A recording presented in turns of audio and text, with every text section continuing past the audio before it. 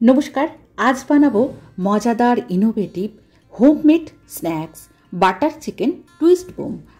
আমি আমার পরিবারের স্বাদ ও স্বাস্থ্যের কথা মাথায় রেখে ফরচুন সয়াবিন অয়েল বেছে নিয়েছি।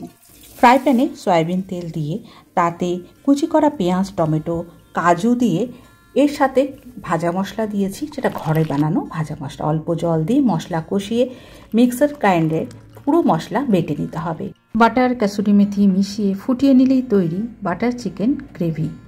এবার এই গ্রেভি আমি আইস ট্রেতে জমিয়ে নেব। ফ্রিজে আধ ঘন্টা বাটার চিকেনের গ্রেভি আমি জমাতে দিয়ে দেব। আচ্ছা, এই রেসিপির মূলে একটা মজার ঘটনা রয়েছে। এক রোববার বিকেলে আমার ছেলে 4-5 জন বন্ধু এসে হাজির।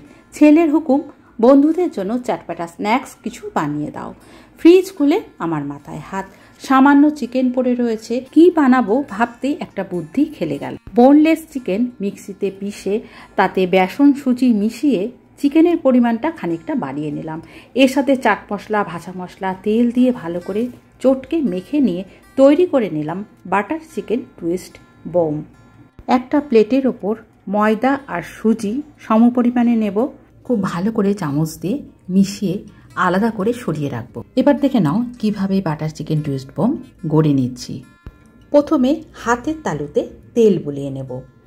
চিকেনের মিশ্রণ থেকে ছোট লই কেটে চ্যাপটা করে তাতে আইস কিউব গ্রেভি একটা রাখবো।